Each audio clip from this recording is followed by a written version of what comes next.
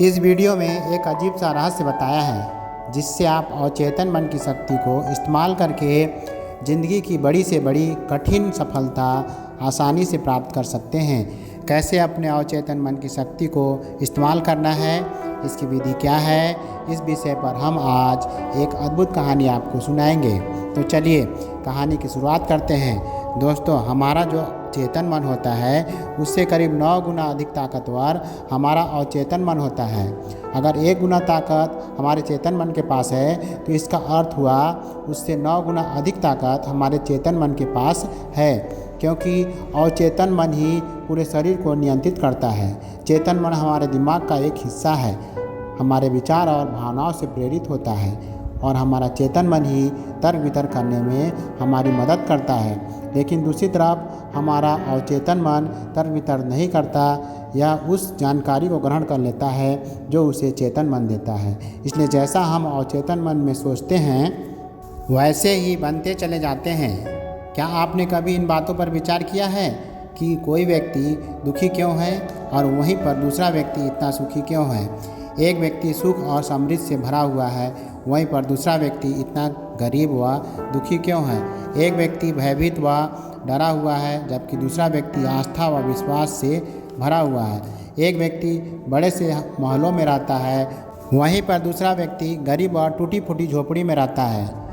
कोई व्यक्ति बहुत सफल है तो कोई असफल। कोई व्यक्ति कुछ मेहनत करके सफलता प्राप्त कर लेता है और वहीं पर दूसरा व्यक्ति जीवन भर मेहनत करने के बाद भी असफल ही रह जाता है।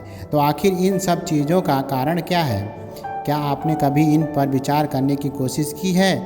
हमारे जीवन में जो भी अच्छा होता है वह हमारे अवचेतन मन पर निर्भर करता है। अर्थात आप अपने अवचेतन मन में यह बात डालेंगे, मेरे साथ जो कुछ भी होगा वह अच्छा होगा, मेरे साथ जो कुछ हो रहा है वह अच्छा हो रहा है और मैं एक दिन कामयाब ज़रूर होऊंगा, तो अवश्य ही आप अपने जीवन में कामयाब हो जाएंगे।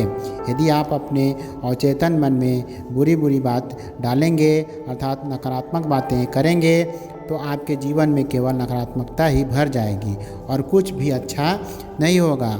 आप जहाँ जाएंगे वहाँ आपके हाथ केवल असफलता ही लगेगी।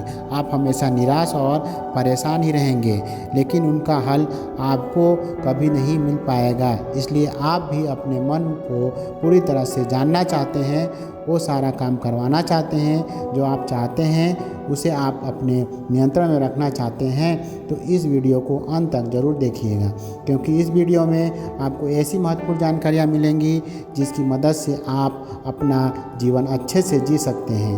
आप जो चाहें उसे हासिल कर सकते हैं। आप जिस भी लक्ष्य को प्राप्त करना चाहते हैं उसे आप प्राप्त कर सकते हैं। आज के इस वीडियो में हम यह जानने वाले हैं कि आखिर क्यों चेतन मन और अवचेतन मन में मुख्य अंतर क्या है और यह किस तरह से काम करता है, और हम अपने अवचेतन मन में अच्छी बातें किस प्रकार से डाल सकते हैं जिससे हमारा जीवन परिवर्तित हो सके, हम सफलता की ओर आगे बढ़ सकें। कुछ समय पहले की बात है, एक नगर में एक बहुत ही प्रसिद्ध गुरु रहा करते थे।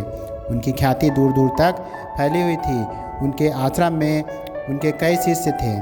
एक दिन संध्या के वक्त वह गुरुवर अपने शिष्यों को बुलाकर उन्हें उपदेश दे रहे थे। वे कह रहे थे, शिष्यों, हमारा जो मस्तिष्क 2 भागों में विभाजित है, चेतन मन और अवचेतन मन। चेतन मन हमारे मस्तिष्क का पहरेदार है, वहीं अवचेतन मन हमारा मालिक है। उन गुरुवर की आवाज़ सुनकर एक शिष्य खड़ा हुआ और वह उन गुरुवर से कहता है, हे गुरुवर, आप क्या कहना चाहते हैं? आप कहीं ये तो नहीं कह रहे हैं हमारे भीतर कोई और है जो हमें चला रहा है, जो हमारी सारी क्रियाओं पर नज़र रखे हुए है? इस पर गुरुवर उन शिष्य को मुस्कुराते हुए कहते हैं, भंते, मैं तुम्हें एक छोटी सी कहानी सुनाता हूँ। इस कहानी में तुम्हें तुम्हारे सवालों का जवाब मिल जाएगा। इस कहानी को ध्यानपूर्वक सुनना और समझने का प्रयास करना।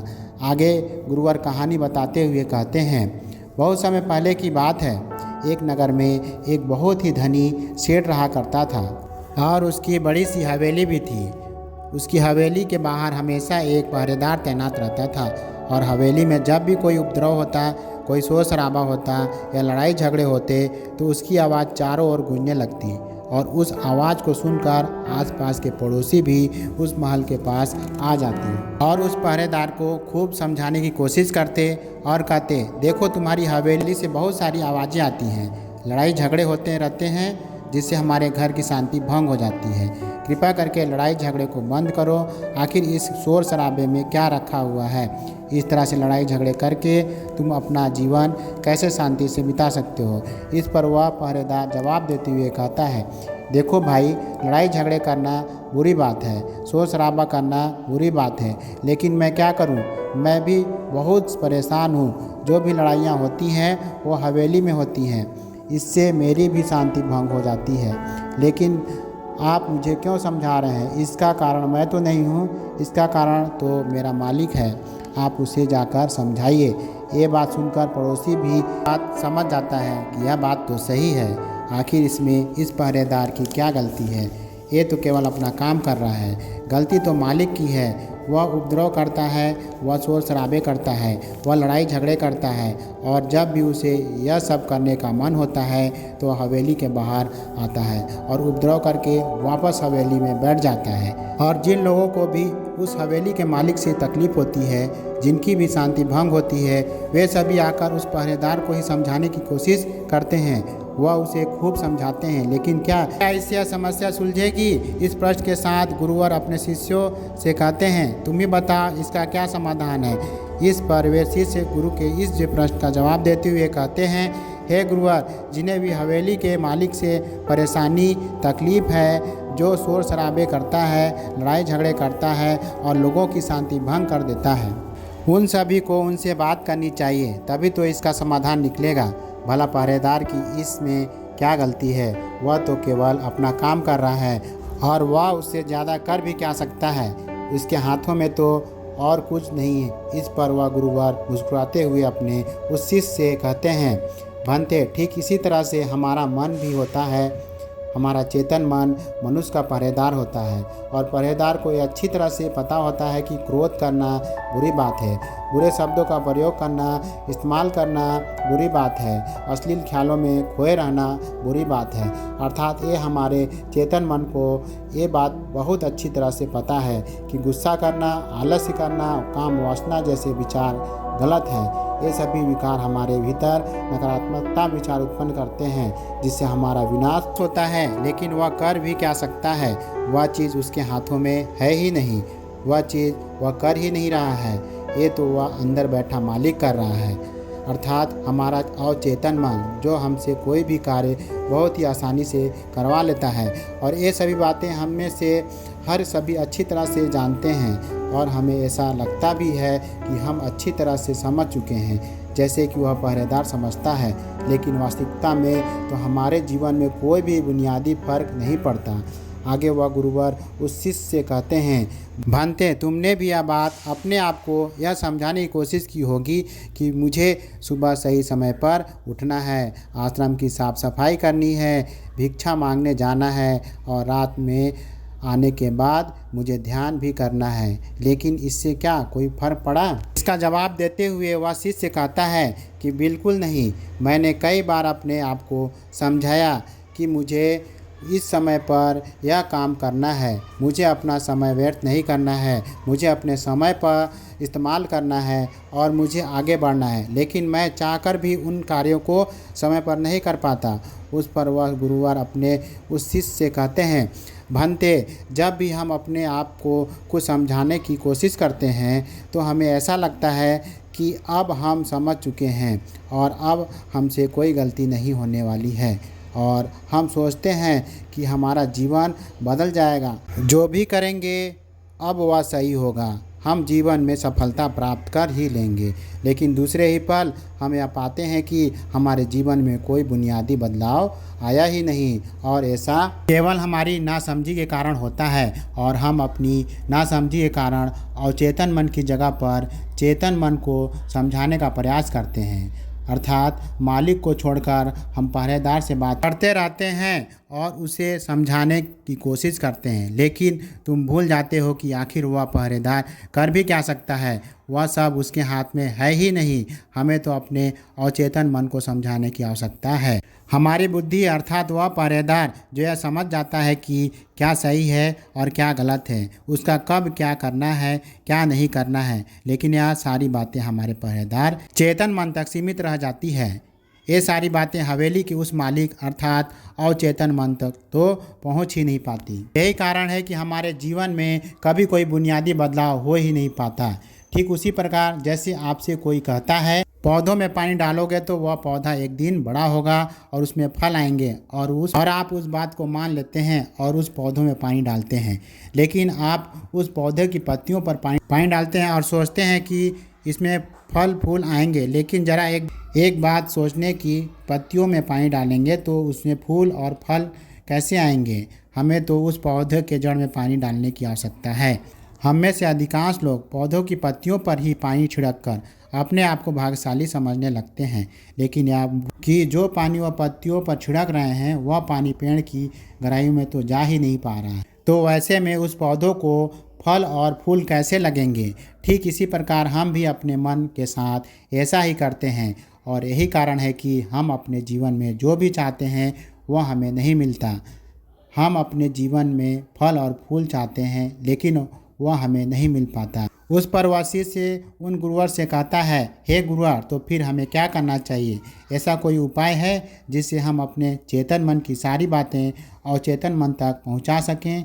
ऐसी कोई प्रक्रिया है जिससे हम अपने संदेश को अवचेतन मन तक पहुंचा सकें? इस पर गुरुवर शिष्य से कहते हैं, भंते, यदि तुमने अपने संदेश को अवचेतन मन तक पहुंचा दिया तो तुम जो चाहोगे वह इच्छा प्राप्त कर सकोगे। तुम जैसा चाहोगे वैसा लक्ष्य को प्राप्त कर सकते हो, क्योंकि हमारा अवचेतन मन हमारे चेतन मन से 9 गुना अधिक शक्तिशाली होता है। आपने कभी ना कभी यह देखा ही होगा कि एक मनोवैज्ञानिक किसी के मन के गुप्त रहस्यों को जानने की कोशिश करता है, तब वह मनोवैज्ञानिक जब उसके मन की बात को बाहर निकलवाना चाहता है, उसे अतीत में जो भी घटना घटित है उसे साफ साफ रूप से प्रवेश करना चाहता है। इसके लिए वह हिप्नोटाइज का उपयोग करता है, और आप में से अधिकांश लोगों ने इस प्रक्रिया को देखा ही होगा। इस प्रक्रिया का प्रयोग करके मन की सारी सूचनाएं अपने आप बाहर निकाली जाती है। इस प्रकार किसी के मन को काबू करके हम उससे जो चाहे करवा सकते हैं। हाँ, अब आपके मन में ये भी प्रश्न उठ रहा होगा कि ये सभी हमारे अवचेतन मन की चाल को समझते हैं, वह यह अच्छी तरह से जानते हैं कि उसे किस तरह से अपने काबू में किया जा सकता है। तो इसका जवाब बड़ा ही सीधा और सरल है। इसका जवाब है हाँ, क्योंकि उन्होंने इसका कई बार प्रयोग किया होता है। वह इससे इतना निपुण हो जाते हैं कि किसी भी दूसरे मन पर अपना काबू कर सकते हैं। और अगर आप भी अपने अवचेतन मन को समझते हैं, अपने मन के चाल को समझते हैं, तो आप भी किसी दूसरे के मन को भी अपने वश में कर सकते हैं। गुरुवर, आपने उस शिष्य से कहते हैं, मन तक संदेश पहुंचाने के लिए आपको अपने चेतन मन को शांत करना होगा, और ऐसा इसलिए कि हमारा चेतन मन तर्क वितर्क करने में माहिर होता है। वह एक पहरेदार की भांति हमारी रक्षा के लिए तैनात रहता है। इसलिए जब भी तुम अपना कोई संदेश अवचेतन मन तक पहुंचाने की कोशिश करते हो, वह तुमसे तर्क वितर्क जरूर करेगा और हमें अपनी बात अपने मालिक तक पहुंचाने की हमें इजाज़त नहीं देगा, जब तक कि हम अपनी बात चेतन मन को अच्छी तरह से समझा नहीं देते या उसे शांति नहीं कर देते।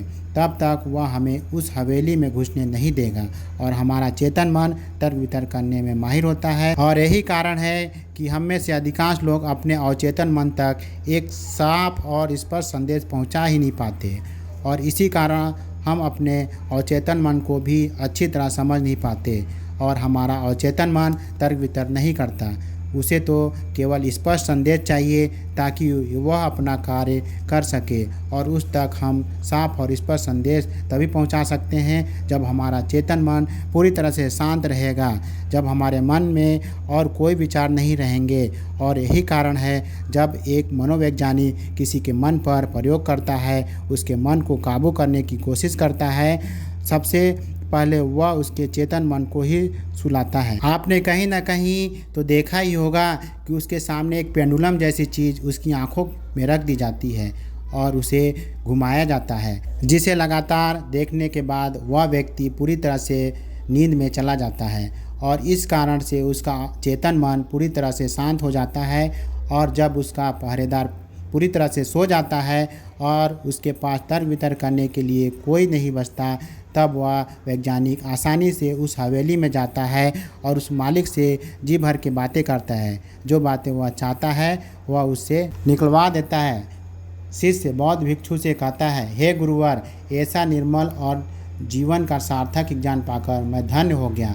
आपने जो कुछ भी मुझसे यह कहा है उसे मैं अपने जीवन में ज़रूर अपनाऊंगा और मैं भी अपने जीवन को सार्थक बनाकर दिखाऊंगा। इतना कहकर उसने उन बौद्ध भिक्षु को प्रणाम किया और वापस अपने आश्रम को लौट गया। दोस्तों, मैं उम्मीद करता हूँ कि इस वीडियो से आपके मन में बदलाव आया होगा। इस वीडियो से क्या सीखने को मिला कमेंट में ज़रूर करके बताइएगा। आपका धन्यवाद।